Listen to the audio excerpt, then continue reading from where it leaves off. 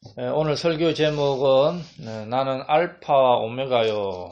요한계시록 1장 7절에 보면은 1장 8절에 나오죠. 1장 8절에 나는 알파와 오메가요 시작과 끝마침이라 이렇게 주님께서 자기 자신을 계시하고 있습니다. 자, 1장 7절 말씀을 우리가 읽었는데 1장 7절에 보면은 주님의 지상 재림에 대해서 이제 말씀하고 있습니다. 예수님께서 공중에 강림하셨다가 다시 이제 7년 후에 이 땅에 지상에 재림하실 때에 구름들과 함께 오신다 이렇게 말씀하고 있습니다. 구름을 타고 오는 게 아닙니다. 예수님이 구름 타고 다닐 필요가 없죠. 예수님께서 하나님께서 임재하시는 곳에 항상 하나님의 영광의 구름이 옆에 있습니다. 우리나라 옛날에 전설의 고향에도 보면 산신령 나타나면 뭐가 나와요? 항상 구름이 먼저 나오죠, 구름이. 예. 뭔가 좀 안다는 뜻이죠. 하나님의 임재가 있는 곳에 구름이 있습니다. 예수님께서 구름들과 함께 옵니다. 특별히 이제 1장 7절 말씀에 보면은 모든 눈이 그분을 보겠고 그분을 찌른 자들도 볼 것이요 땅의 모든 족속들이 그분을 인하여 통곡하리니 참으로 그리하리로다. 예수님이 구름들과 함께 땅에 지상 재림할 때에 땅에 있는 모든 눈이 예수님의 재림을 보게 됩니다. 그분을 찌른 자들도 보고, 그분을 찌른 자들은 이제 직접 찌른 사람을 말한 게 아니고 그 당시 로마 제국, 유대인들, 또 이방인들이었죠. 지상 재림 때 똑같이 초림 때 예수님을 거역했던 것처럼 짐승의 제국의 지배를 받는 유대인들 그리고 많은 이방인들이 예수님을 부정하는 거예요. 예수님을 부정하는 그들이 예수님께서 하나님이면서 이 땅에 심판자로 오시는 것을 보는 겁니다. 그래서 어떤 일이 일어나느냐? 통곡한다 그랬죠. 땅의 모든 족속이 예수님의 지상 재림으로 해서 통곡합니다. 기뻐하지 않죠. 자, 그래서 이것을 통해서 볼 때에 신약 성도들은 대환란 전에 휴거가 된다는 것을 보여줍니다. 예수님이 지상 재림했을 때에 신약 성도들이 있으면 통곡하면 안 되죠. 기뻐야 되잖아요. 그런데 이 땅에 있는 사람들은 통곡을 하는 겁니다. 휴거된 신약 성도들은 공중에 올라갔다가 지상에 재림한 주님과 함께 같이 땅에 내려옵니다. 같이 영광 중에 내려오죠. 골로새서 3장 4절에 보면은 우리의 생명이신 그리스도께서 나타나실 때에 그때 너희도 그분과 함께 영광 가운데 나타나리라. 예수님이 지상 재림할 때에 예수님과 함께 영광 가운데 우리가 하늘에서 내려오는 겁니다. 7년 전에 올라갔다가. 자, 만약에 이제 일부의 주장대로 신약 성도들이 대환란을 통과한다면 예수님을 보면서 울고 통곡할 필요가 없죠. 기뻐야 되죠. 그래서 이 신약 성도들의 대환란 통과설도 성경과 틀린다. 왜? 대환란 때는 구원받은 신약 성도는 이 땅에 없습니다.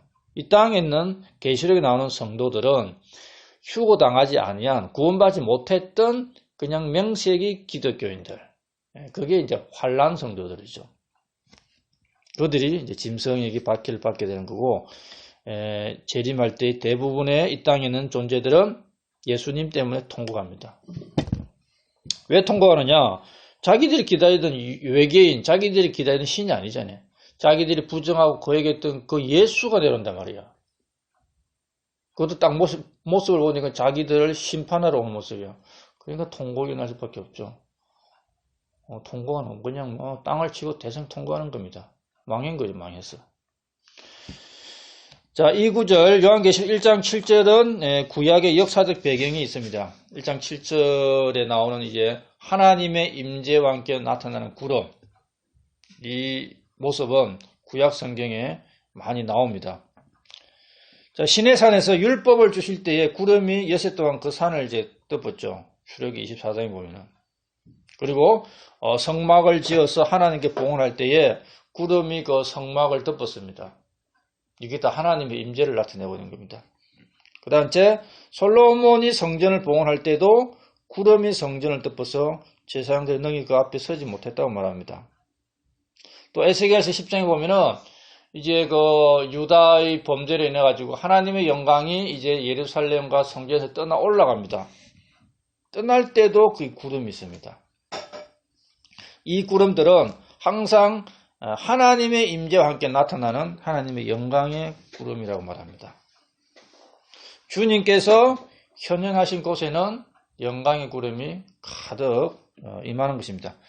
변화산, 예수님께서 이제 공생의 기간에 변화된 곳이 있었죠. 이거 변화산에서 주님과 모세와 엘리야가 있을 때 거기에도 빛나는 구름이 그들을 덮었습니다. 하나님의 영광이 있는 곳에 항상 구름이 있다는 것을 우리가 알 수가 있습니다. 그러면은 예수님께서 구름들과 함께 오신다는 것은 바로 이 예수님께서 구약 성경에 계시된 주 여호와 하나님을 입증해 주고 있는 것입니다. 그리고 이제 다니엘서 7장 13절 14절을 보면은 복음서에서 어떤 귀족이 왕권을 받으러 갔다가 나중에 이제 왕권을 받아 돌아오는 거 있죠. 그 말씀이 다니엘서 7장 13절에 있습니다. 잘 들어보기 바랍니다.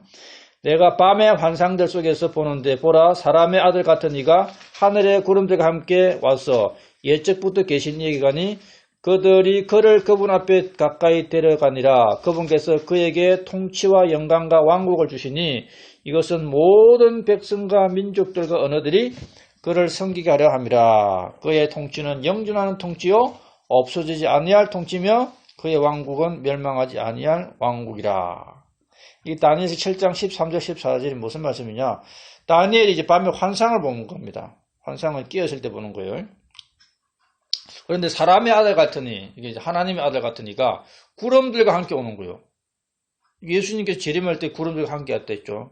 딱 그 모습입니다. 그러면서 옛적에 계신 얘기, 원래 예수님도 하나님이기 때문에 옛적에 계신인데 여기서는 아버지를 말하죠. 아버지께로 가면은 아버지께서 그에게 통치와 영광과 왕국을 주는 겁니다. 왕권을 주는 거죠. 그래서 이 땅에 내려와가지고 저 그리스도를 무찌르고 영원토록 통치한다. 그 말씀이 다니엘 7장 13절 14절 말씀입니다. 예수님께서 재림할 때는 어디를 봐도 다 구름들과 함께 옵니다. 손오공이 아니죠. 손오공 구름을 타고 다니지만 구름을 창조한 예수님은 예수님의 임재에, 영광의 임재에 항상 이 영광의 구름, 셰키나라나 그 영광의 구름이 같이 다 오는 겁니다. 그리고 이제 예수님께서 십자가에 달리기 전에 재림에 대해서 여러 번 말씀하셨죠. 그 중에 이제 마태복음 23장 30절을 보면은 그때에 사람의 아들의 표적이 하늘에 나타나고 그때에 땅의 모든 지파가 애곡하며 사람의 아들이 걷는가 큰 영광을 가지고 하늘의 구름들 가운데서 오는 것을 보리라. 마태복음 24장에 십자가에 달리기 전에 예수님이 재림할 걸 말하죠. 하늘에 표적이 나타난다. 이 지상 재림입니다. 딱 하늘에 예수님 오실 때는 표적이 딱 보이는 거예요. 땅의 지파가 애곡을 합니다. 와, 우리가 거기까지 예수가 오는 거야. 죽는 거죠. 계속 통곡하면서 애곡을 합니다. 그때 하나님께서 권능과 영광을 가지고 구름과 함께 쫙 내려오는 겁니다. 왜? 통치권을 받아서 내려오는 거예요. 다니엘서 7장 13절 말씀대로. 통치권을 아버지께로부터 받아가지고 이제 권능과 영광을 가지고 구름과 함께 이 땅에 탁 내려오는 겁니다. 그 뒤에 휴거당한 신약 성도들이 같이 내려오죠. 백마를 타고. 우리가 그 현장에 같이 있게 된다는 거예요. 이게 우리에게 줄 위대한 영광입니다. 만왕의 왕, 만주의 주가 권능과 영광과 통치권을 가지고 구름과 함께 탁 이 땅에 재림에 내려오는 그 뒤에 우리도 백마 타고 뒤따르고 있다는 거예요. 같이 통치하기 위해서 이 땅에 내려오는 겁니다. 그 모습 요한계시록 19장에 나옵니다. 자, 구름은 예수님께서 이 땅에 재림하는 것을 공개적으로 누구나 알아볼 수 있게 보여주는 표적입니다. 하늘의 표적이 있다는 것은 영광의 구름이 쫙 나타나는 거. 일반 구름과 틀리죠. 빛나는 구름이죠. 뭔가 엄청난 빛나는 구름이 쫙 나타나면은 야, 이게 하나님의 재림이 보인다. 예수님의 재림이 있다. 그걸 알게 되는 겁니다. 그럼 사람들이 왜 그렇게 통곡합니까? 자기들은 외계인을 기다렸을 거 아니야. 벌써 한 몇 년 전에 외계인 왔지, 저 그리스도가. 근데 알고 보니까 자기들 살려주는 게 아니라 또 죽이죠. 적 그리스도가 외계인으로 받아들이는데 적 그리스도가 더 못 살게 하니까 또 적 그리스도를 죽일 외계인을 기다리는데 안 오는 겁니다. 또 자기들이 섬기는 신들이 안 오죠. 그런데 지금 예수를 믿는 자들을 때려 죽이고 있는데 자기들이 부정하고 믿지 않는 그 예수님이 지금 내려오는 거야. 그런데 얼마나 통곡을 하겠습니까? 천주교 같다면은 이 마리아가 내려야 되는데, 하늘의 여왕. 이슬람 같으면 알라가 내려와야 되는데 어라 보니까 이게 아니야. 그래서 통곡을 하는 겁니다. 대성 통곡을 해요. 자, 사도행전 1장 10절에도 예수님의 재림에 대해서 말씀하고 있죠. 사도행전 1장 10절 11절에 보면은 그분께서 올라가실 때에 그들이 똑바로 하늘을 바라보고 있는데 보라 흰옷 입은 두 남자가 그들 곁에 서며 또 그들이 이르되 너희 갈릴리 사람들아 너희가 어찌하여 서서 하늘을 바라보느냐 너희를 떠나 하늘로 들려 올라가신 이 동일한 예수님께서는 너희가 그분께서 하늘로 들어가심을 본 그대로 오시리라. 예수님의 재림은 구름들과 함께 올라갔단 말이에요. 부활한 영광의 몸을 입고. 그럼 똑같은 모습으로 부활한 영광의 몸으로 구름들과 함께 쫙 내려오는 거예요. 문자적으로 보이게 올라갔단 말이에요. 그럼 재림도 문자적으로 동일하게 구름들과 함께 권능과 영광을 가지고 내려오는 겁니다. 다른 모습으로 내려오면 그건 예수님이 아니에요. 그 대환란 중간에 적그리스도가 구름들과 함께 내려오지 아니하면 그건 예수님이 아니죠. 자, 그리고 스가랴서 12장 10절에 보면은 또 이런 말씀이 있어요. 내가 다윗의 집과 예루살렘 거주민들 위해 은혜의 영과 강구한 영을 부어주리니 그들이 나 곧 자기들이 찌른 나를 보고 사람이 자기 외아들을 위하여 애국하듯 그를 위하여 애국하며 사람이 자기의 처음 난 자를 위하여 쓰라리게 슬퍼하듯 그를 위하여 쓰라리게 슬퍼하리라. 이게 무슨 말씀이냐면은 예수님께서 지금 재림하는 모습을 또 보는 겁니다. 그때 나 곧 자기들이 찌른 나를 보고 험정력을 제한 다른 성경은 다 이제 그를 보고 되어 있어요. 그러니까 하나님과 그가 별개 존재자라. 이게 납니다, 나. 내가 할 때 여호와 하나님이에요. 내가 이제 다윗의 집과 거주민에게 은혜의 영과 강구의 영을 부어줍니다. 이 마지막 재림 때죠. 그때 유대인들은 자기들이 찌른 예수님을 보는 겁니다. 하나님을 보는 거예요. 그리고 이방인들은 자기 외아들을 애국하듯 그를 위하여 애국하고 처음 난 자를 위해 쓰라리게 슬퍼하듯 그를 위해 슬퍼한다. 이게 뭐냐면은 예수님의 재림 때문에 이제 우리는 망하게 되었다. 그래서 처음 난 자를 위해서 애국했다. 이 누가 그랬어요? 이집트에서 파라오가 대성통곡했다 했죠. 예수님이 지금 공중에서 지금 쫙 내려오는 거예요. 그럼 그때 이제 자기 외아들을 위해서 자기의 처음 난 아들이 죽었던 것처럼 막 대성통곡하는 겁니다. 왜? 자기들이 기다리는 존재가 아니고 자기들 심판하러 오기 때문에. 그래서 스가랴 12장 10절에 얘기 내가 할 때는 이게 하나님, 또 찌른 나를 보고 할 때는 예수님, 하나님이 곧 예수님이에요. 그를 위하여 애국한다는데 예수님을 불쌍히 해서 애국하는 게 아니라 예수님 때문에 자기들이 받을 심판을 이제 생각해서 애국하는 겁니다. 그래서 이제 예수님의 재림 때에 우리는 예수님과 함께 영광 중에 내려올 거죠. 내려올 거예요. 이게 복된 겁니다. 그런데 지금 땅에 있는 대부분의 사람들은 예수님의 재림 때문에 통곡하는 겁니다. 애곡하고. 통곡과 애곡이 있는 사람은 불쌍한 자입니다. 자, 그리고 요한복음 19장 37절에도 이런 말씀이 있어요. 또 다른 성경 기록이 다시 이르되 그들이 자기들이 찌른 자를 보리라 하느니라. 그러니까 예수님을 찌른 자들이 예수님의 재림을 볼 것이라는 구절이 지금 많이 나오죠. 동일 인물이 아니라 2000년 전에 예수님을 거역하고 버리고 핍박했던 로마, 유대, 이방인들이 예수님을 찔러 죽인 것처럼 동일하게 재림 때에 적그리스도 짐승의 제국과 유대인과 이방인들이 자기들 찌른 거 예수님을 보는 겁니다. 그래서 통곡하는 거예요. 기쁜 일이면 통곡 안 하죠. 슬픈 일이니까 통곡 안 하고 슬픈 일이니까. 다 잃어버리잖아요. 예수님 오면은 구원받지 못한 자는 다 잃어버려요. 그럼 우리는 어때요? 구원받았기 때문에 이 땅에 이제 우리의 상속물을 차지하러 내려오는 겁니다. 우리는 이제 얻게 되는 거예요, 그때. 자, 이처럼 주님의 지상 재림이 공개적이죠. 그런데 이제 도둑같이 오시는 주님 모습은 무엇입니까? 얘는 이제 공중 강림입니다. 하늘에 딱 오는 거예요. 그러면은 이렇게 공개적으로 안 보여요. 그냥 뭐 하나님 나팔 소리 쫙 하면은 이 땅에 있는 성도들 올라가 버린 거예요. 이게 도둑같이 오는 예수님의 모습이고, 공개적인 모습은 지상 재림입니다. 자, 주의 날은 이제 대환란이 시작되는 거죠. 주의 날에 밤에 도둑같이 예수님 옵니다. 자, 도둑같이 오기는 오지만 구원받은 우리를 그냥 덮쳐 지나가진 않죠. 우리를 불러 데려 올라가기 때문에. 우리는 낮의 자녀고 빛의 자녀이기 때문에 예수님의 오심을 어느 정도 직감하는 거야. 아, 이제 예수님 오실 때가 돼가는구나. 세상에 돌아가는 것들을 보면서 우리는 이제 직감을 하는 겁니다. 성도들을 데리러 오시는 공중 재림, 이것이 이제 비밀스러운 거였죠. 그런데 지상 재림은 눈에 딱 표적이 보이는 겁니다. 공중 재림은 대환란 전에 비밀스럽게 사람들 눈에 안 보이는 거예요. 올라가는 모습도 안 보이는 겁니다. 야, 어제 저녁에 엄청 큰 천둥과 뭐 이런 소리 났는데 갑자기 사람들 좀 사라졌어. 그러고 끝나는 겁니다. 이게 도둑같이 예수님께서 오시는 모습이죠. 자, 도둑같이 예수님께서 오실 때 일어날 사건들, 데살로니가전서 4장, 고린도전서 15장이 나옵니다.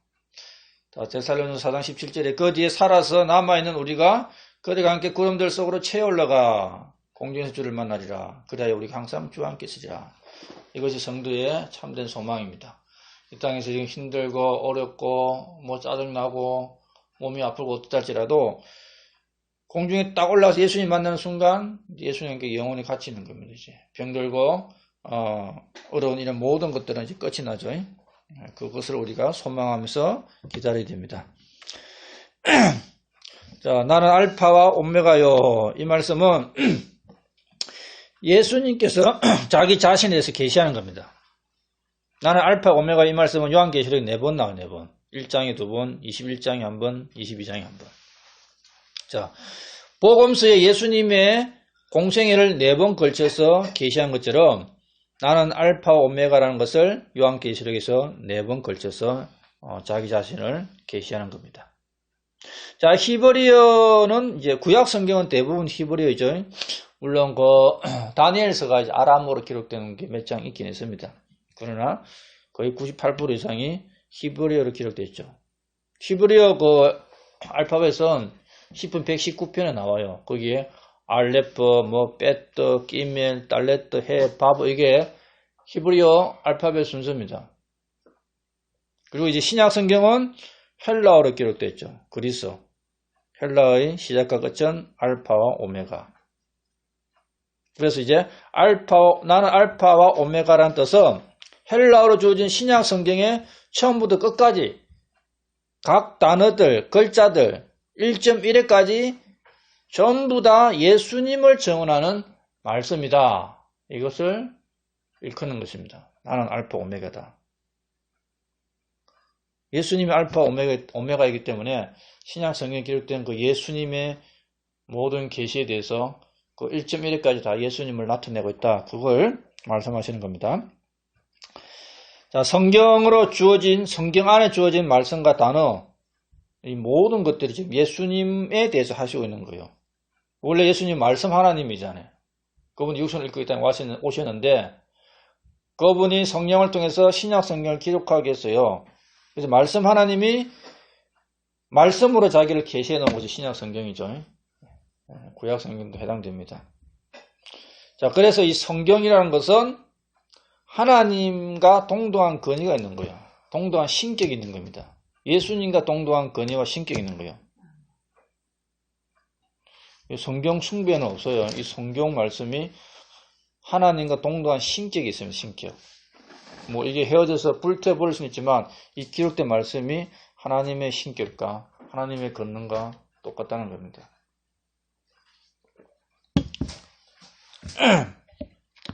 자, 나는 알파와 오메가요. 이 말씀을 통해서 우리는 이 성경의 가치, 이 성경의 존엄, 그리고 이 성경의 신성, 신격에 대해서 확실하게 알아둬야 됩니다.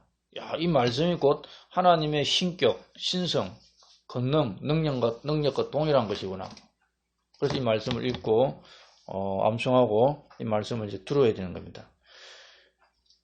이렇게 말하는 사람은 주로 김정 성경을 사용한 자들, 그 외에는 이렇게 성경의 신격을 이야기하는 사람이 없습니다. 자, 성경의 신격에 대해서 이야기하면은 뭐 당신은 성경 숭배자군요 하고 말하는 사람들이 있어요. 성경은 숭배하는 게 아닙니다. 그러면서 이제 그 사람들은 성경보다 성령이 더 중요하다 그래요. 그 맞는 것 같지만 틀렸어요. 성경과 성령은 동일하죠. 왜? 성령이 성경을 기록하게 했고 성경을 통해서 성령인지 아닌지 구분해낼 수 있습니다. 그만큼 기록된 성경이 엄청 중요합니다.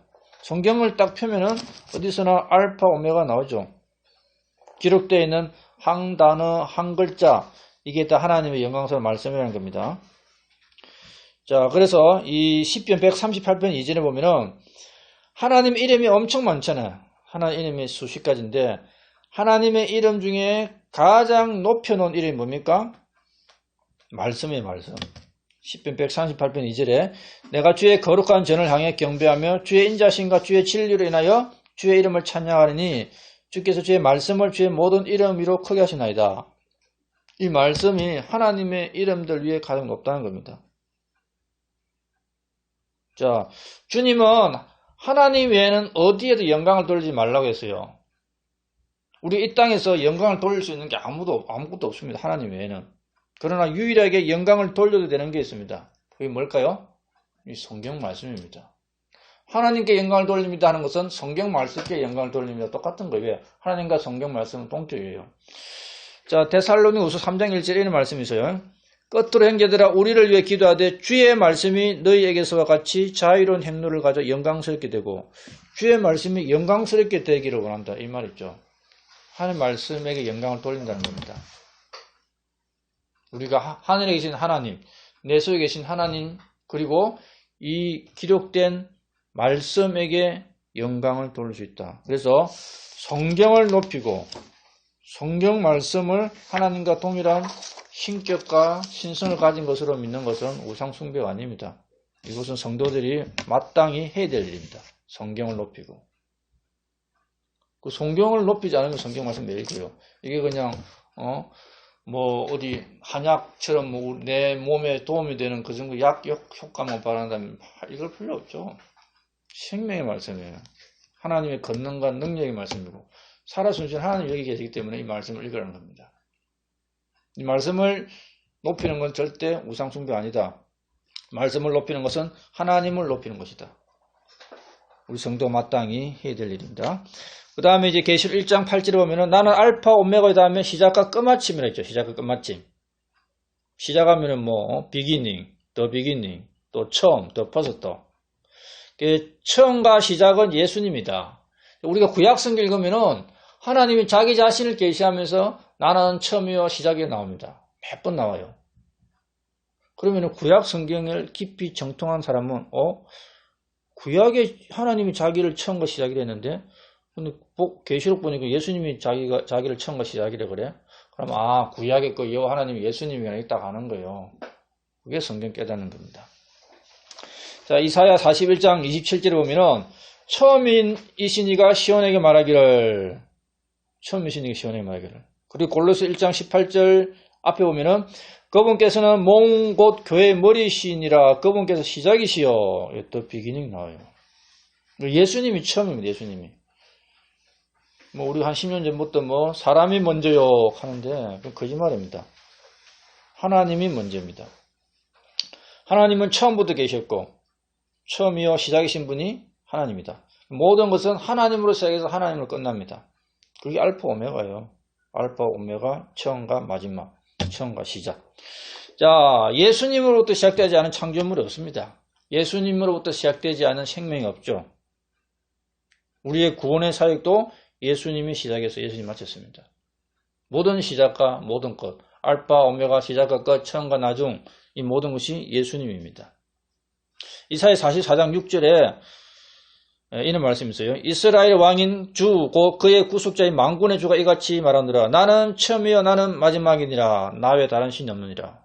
자, 나는 처음이요 나는 마지막이니라. 이게 지금 요한계시록에 나오는 거 똑같이 4번 나와요. 나는 처음이요 나는 마지막이라. 이것이 이사야 44장 6절인데 요한계시록 1장에 2번, 2장에 1번, 22장에 1번 딱 4번 걸쳐서 나는 처음이요 나는 마지막이라 똑같이 나옵니다. 이사야에서 나온 말씀이 요한계시록에 똑같이 나오죠. 그 말씀의 결론은 바로 구약의 여호와 하나님이 신약의 예수님이라는 것을 깨달을 수가 있는 겁니다. 사람들은 창조주 하나님이신 이 예수님을 배반하고 멸시하고 배척하고 찔렸습니다. 그 예수님이 재림하니까 대성통곡하는 거예요. 예를 들어가지고 우리가 아주 높은 어떤 정치인이 있는데 엄청 대수 있고 욕했어. 근데 그 사람이 막 어느 날 아주 위대한 사람들이 돌아왔어. 그럼 어떻게 돼? 엄청 속 아프잖아요. 이야, 내가 그렇게 싫어했던 놈인데 이랬다니. 똑같은 거예요. 쏙 뒤집어지는 거죠. 자, 주님은 이제 전에도 계셨고 지금도 계시고 앞으로도 오실 분. 주님 지금 하늘에서 대제사장으로 계시죠. 이 땅에서는 대언자로 계셨고 앞으로 이제 왕으로서 계실 겁니다. 자, 그 다음에 1장 8절 보면 이제 주곧 전능자가 말하노라. 이 전능자라는 이 주님의 호칭, 주님의 호칭이 여러 개 있죠. 성경에 한 50번 기록되어 있답니다. 자, 전능자는 하나님 자신이죠. 요한계시록에도 2번 나와요. 예수님이 내가 곧 전능자다. 이사야에서나 창세기를 보면은 하나님 아버지께서 자기를 전능자라 했죠. 근데 이제 계시록에서 예수님이 자기를 전능자라는 거예요. 하나님과 동일한 분, 한 분이신 분을 이야기하는 겁니다. 자, 창세기 17장 1절에 보면은 하나님이 아브라함에게 나는 전능자 하나님이라고 그랬죠. 그리고 야곱에게도 창세기 35장에 나는 하나님 곧 전능자니라. 아브라함, 이삭, 야곱 이들에게 전능자 하나님으로서 계속 나타납니다. 하나님은 불가능이 없고 어려워서 못하실 일이 없다. 이런 말 할 때 전능자가 나오죠. 그래서 이제 사라가 아기를 낳고. 그래서 거기 전능자라는 단어가 나오는 곳에 보면 항상 사람의 모든 가능성이 끝이 나고 그 다음에 하나님이라는 게 나옵니다. 자, 십자가의 죽음을 통해서 죄인이 끝나고 이제 구원받은 의인이 나오죠. 주님의 십자가에서 옛 생명이 아니라 새로운 생명이 나옵니다. 전능자라는 것은 인간의 불가능 다음에 이제 하나님 하시는 것. 이런 상황에서 전능자의 말씀이 나온다. 그래서 이제 하나님 아브라함에게 주에게 너무 어려운 일이 있느냐. 이게 신약에도 나오죠. 주에게 너무 어려운 일이 있느냐. 주께는 어려운 일이 없습니다. 자, 예레미야 32장 17절에 보면은 주 하나님이여 보시옵소서. 주께서 주의 크신 권능과 뻗은 팔로 하늘과 땅을 만드서 사오니 주께서는 너무 어려운 일이 없나이다. 보라 나는 주여 모든 육체 하나님이니라. 내겐 너무 어려운 일이 있느냐. 하나님께 어려운 일이 없다는 겁니다. 우리는 엄청 어려운 일이 많잖아요. 아무것도 안 되잖아요. 근데 하나님께는 어려운 일이 없어요. 그러면 하나님 내 속에 있는 대로 해주냐? 그게 아니죠. 하나님이 떠다녀서 일을 해주는 겁니다. 그럼 아브라함도 보세요. 아버지가 우상 만들고 부자로 살던 갈대아에서 하나님 불러버렸어. 야, 어떻게 생각할까요? 안 갈 수도 없고 떠나가는데 고난의 연속이 이제 하란까지 갔다가 또 거기 있으면 안 돼. 가나안으로 가는데 왜 거기 그것 한 몇십 년 오는 것 같아. 그 아버지 때려 죽을 때까지 다시 내려와요. 자기 할 수 있는 것도 없는데 그냥 몇십 년을 허송세월 보내고 겨우 이제 가나안 땅에 내려오는 거. 그게 이제 이삭 낳고 거의 그 일이 하죠. 약속의 땅에 가가지고 이제 정착도 못하고. 요셉도 보세요. 아버지 사랑받으면 잘 살주시는데 갑자기 형제를 팔아가지고 이상한 데 가버렸잖아요. 근데 거기서 열심히 살아가지고 믿음대 살아가지고 이제 총리가 되는 겁니다. 그래서 우리는 힘들고 어려 죽겠어요. 나도 마찬가지고. 근데 하나님께서 거기서 하나님의 일을 만드시고 이루어내신다. 하나님께 불가능한 일이 없다. 이렇게 믿으시면 됩니다. 사람들이 생각하기에는 이제 전혀 가능성 없어. 제로. 이제 소망 없어. 끝. 이제 이때 하나님이 일을 한다는 겁니다.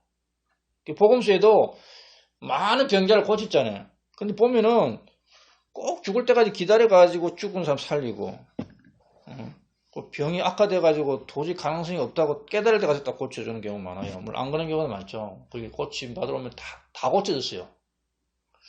그럼 예수님 초림 때 얼마나 많은 환자들이 나왔습니까? 근데 예수님 믿는 사람 별로 없어요. 참 신기하죠. 그래서 예수님의 능력과 기적을 본다고 예수님 믿는 게 아닙니다. 구원은 말씀을 듣고 믿어야 구원받는 거죠. 자, 아무쪼록 하나님은 전능자이다. 그 전능자 곧 예수 그리스도이다. 불가능한 일이 없다. 우리의 모든 가능성이 끝나고, 자, 우리가 포기해야 할 때에 그때 이제 하나님께서 일하시는 때다. 그거 많이 들은 이야기죠. 사람의 가능성이 끝날 때 하나님이 일을 시작한다. 우리의 믿음은 그게 믿음이에요. 우리는 못하지만 이제 하나님께서 하실 수 있다. 이게 바로 믿음입니다. 하나님께서 하실 수 있다. 어떤 한계상이 오면은 우리는 안 돼. 이건 할 수 없어. 그걸 깨닫는 거예요. 그 다음에 해결책으로 하나님께서 하신다. 이게 우리가 가져야 될 정상적인 믿음입니다. 왜? 하나님과 예수님 그분이 나는 전능자를 했거든요. 자, 그 다음 요한계시 1장 9절. 나 요한은 또한 너희 형제요 환난과 예수 그리스도의 왕국과 인내에 동참하는 자라. 내가 하나님의 말씀과 예수 그리스도의 정언을 인해 반물하는 섬에 서노라. 자, 사도 요한은 주님의 사랑을 받는 제자요.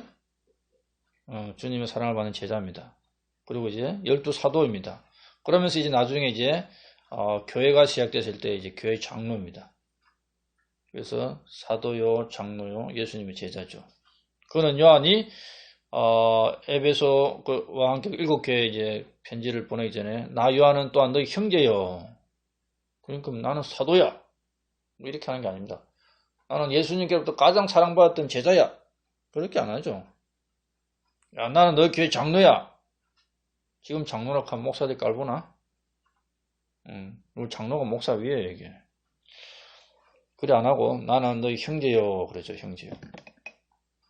베드로도 바울에게 우리가 사랑하는 형제 바울도 이렇게 썼습니다. 베드로서 3장 15절에.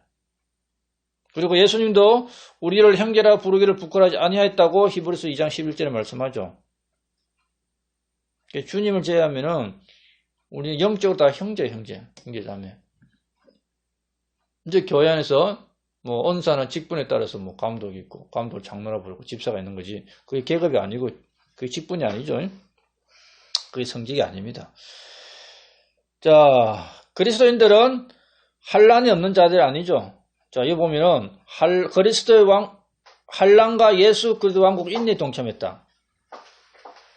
뭐 어떤 사람은 고난과 환난을 받아야 천국 간다는 게 아닙니다. 이미 천국 가기로 결정된 사람이 예수님으로 인해서 고난과 환난을 받는 겁니다. 그 사도 요한이 그랬잖아요. 예수님 때문에 환난과 예수님의 인내에 동참하는 자다. 그리스도인에게는 환난이 없는 게 아니고 환난을 이겨내는 자다.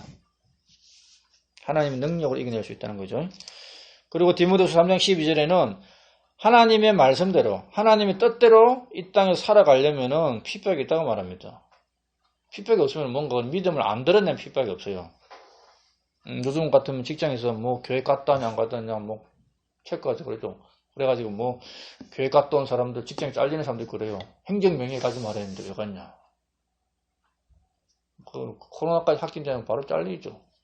충청북도 소방공무원 구원받지 안 받는 원래는 교회 갔다 와서 코로나 확진돼가지고 잘린 게 있어요. 언론 보면 나옵니다. 자, 지금이 그런 때예요. 구원받든 안 받든 그건 모르겠고 예수님 믿는 것 때문에 이미 박해와 환란이 시작된 겁니다. 신앙 자유 국가에서 코로나라는 그 이상한 병을 만들어내가지고. 자, 그리스도의 왕국과 영광은 미래에 있습니다. 지금은 우리가 지금 환란과 인내에 참여하고 있다. 그걸 잘해야 됩니다. 한랑 인내의 참여를. 자, 신약 성도들은, 지금 우리 신약 성도들은 유대인들처럼 율법 문제로 고난 안 받죠. 예수님이 하나님의 아들, 예수님이 우리의 구원자임을 선포할 때 고난 받습니다. 복음 안 전하면 고난 안 받아요. 우리가 피켓 안 들면 누가 욕 안 하죠.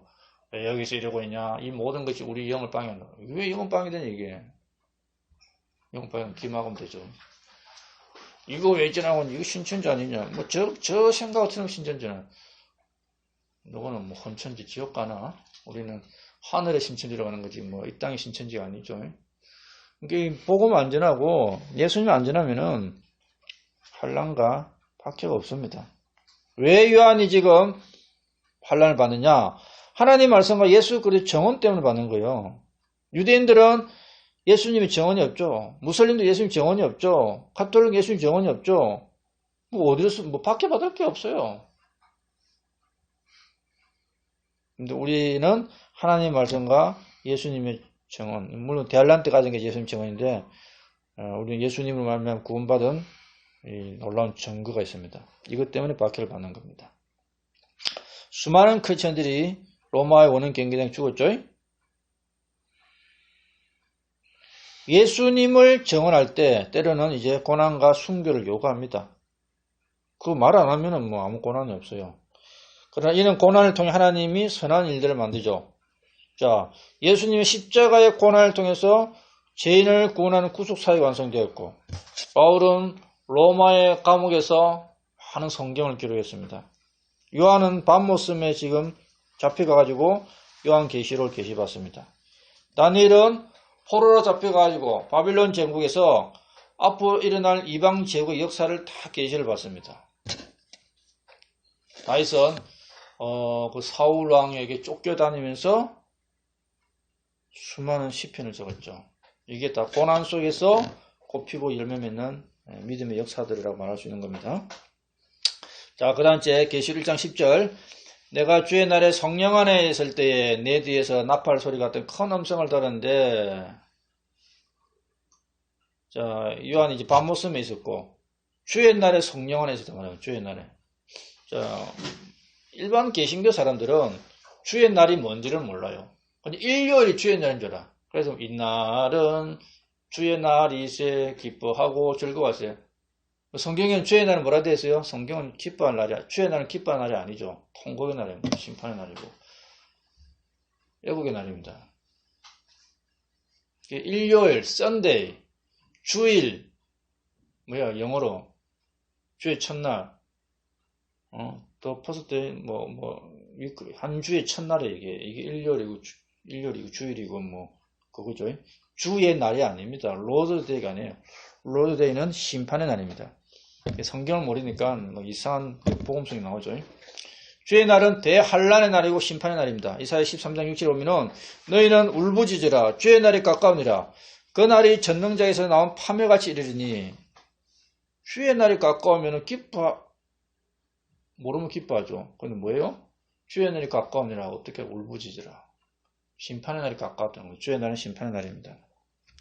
주의 날은 온 땅에 맺히는 큰 기쁨의 날이 아니고 울부짖어야 파멸의 날.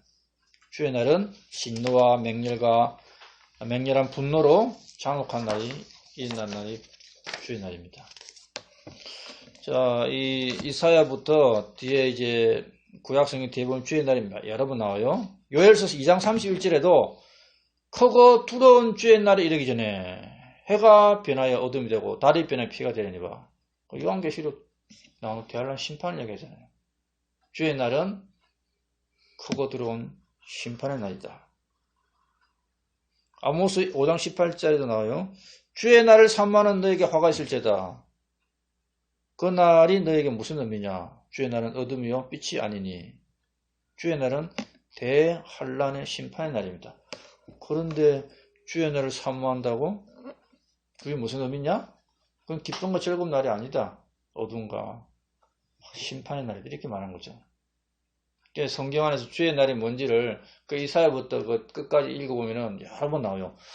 그럼 주의 날이 이거는 기뻐할 날이 아니네? 그러면은 이 날은 주의 날이시 기뻐하고 즐거워서 이런 찬송이 나올 수가 없습니다. 일요일을 주의 날이라 할 수도 없습니다. 그냥 일요일이고 주일이지. 자, 내가 주의 날에 성령 안에 있었다는 것은 이제 대환란이 시작되는 때에 우리 몸 안에 있었다는 게 아니에요.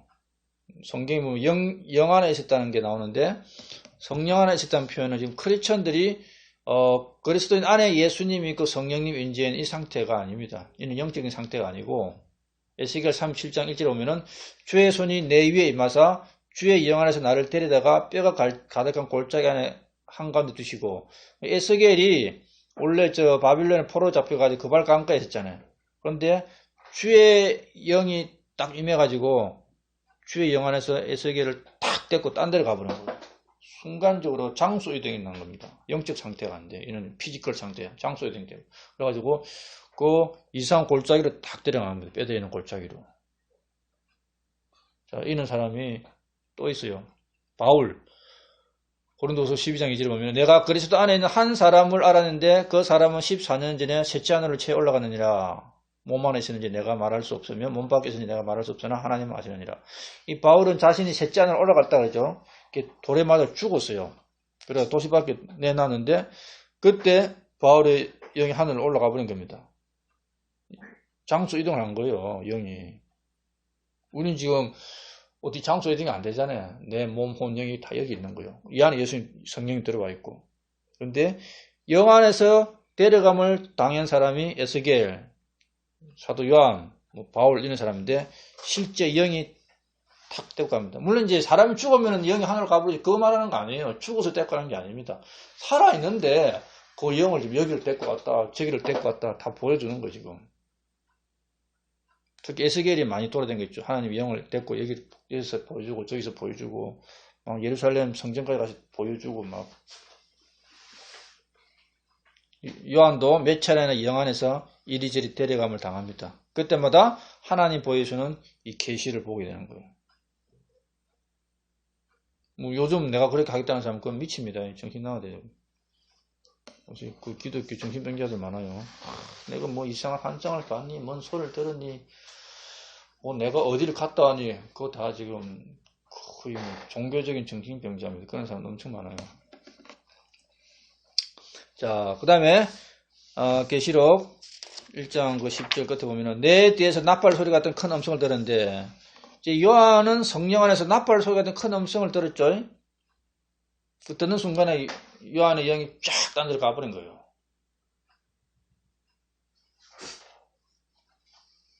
여기서 나팔 소리 같은 큰 음성은 하나님의 음성입니다. 하나님의 음성이 나팔 소리입니다. 하나님의 음성이 천둥 소리입니다. 하나님의 음성은 천둥 같다는 게 욥기에 나와요.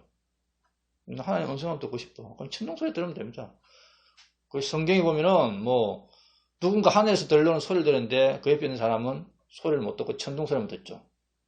하늘에서 예수님 침례 받을 때 이런 내 사랑 아들이 했는데 옆에 있는 사람들 뭐 천둥 소리 듣고 또 뭐 사도 바울이 하늘에서 예수님 음성 듣는데 그 옆에 있는 사람 천둥 소리 듣고 그렇죠. 천둥 소리가 하나님의 음성입니다. 나팔 소리가 하나님의 음성. 그 마지막 나팔 소리 해가지고 천사들이 이제 트럼펫을 받아가지고 뿡 부는 것은 천사들이나 사람들이 나팔을 부는 거고 나팔 소리를 내는 거고 그냥 나팔 소리 하면은 그거는 하나님의 음성입니다. 자, 출애굽기 19장 6절에 보면은 이제 백성들이 율법 받으러 가는 거죠. 셋째 날에 아침에 천둥과 번개와 짙은 구름이 삼여 있고 이 천둥 소리 뿡뿡 나는 거죠. 하나님이 지금 뭔가 말하고 있는 겁니다. 나팔 소리가 힘이 크므로 이게 나팔 소리 나잖아요. 이는 트럼펫으로 부는 게 아니라 그냥 하나님의 음성인데 나팔 소리가 나는 겁니다. 나팔 소리가. 사람이 이제 어떤 소리냐 표현을 못한 거예요. 그냥 하나님의 소리를 천둥 소리, 나팔 소리로 표현하는 겁니다. 그게 그냥 사람들이 트럼펫으로 나팔 부는 것과 비슷하게 들리겠죠. 트럼펫으로 부는 게 아니고 그냥 트럼프 소리입니다. 트럼프 소리. 그때 백성이 떨죠. 와, 천둥 치고 막 나팔 소리 쫙 나니까 떱니다. 너무 두려운 거예요, 그게. 이 소리를 요한이 듣고 뿅 올라가 버린 겁니다. 뿅 어디 가버렸어요. 자, 이 납벌 소리가 나중에 우리 귀에 들릴 거예요. 하나님께서 호령이 뭐냐면 호명하는 겁니다. 누구야? 딱 불러요. 그럼 천사장이 한 번 더 재차 누구야? 합니다. 그 하나님의 소리가 우왕 하면서 어떻게 다 올라가 버리는 거예요. 쫑 올라가요. 요한계시 나오는 이 사도 요한처럼 뿅 하면 올라가요. 요한이 들은 그런 음성이 지금 난다면은 죽은 자도 일어나고 우리는 저 하늘로 뿅 올라가 버립니다. 요한이 밥 먹으면서 휴거됐던 거예요. 혼자 휴거되어가지고 하늘로 가서 여기저기 다니면서 본 거예요. 그걸 보고 이제 요한계시록 적은 겁니다. 자, 2021년 새해에 하나님의 음성이 납벌 소리 듣고 자, 우리 모두 예수님의 소망, 재림을 소망하는 그러한 한 해 되길 바랍니다. 이상을 마칩시다.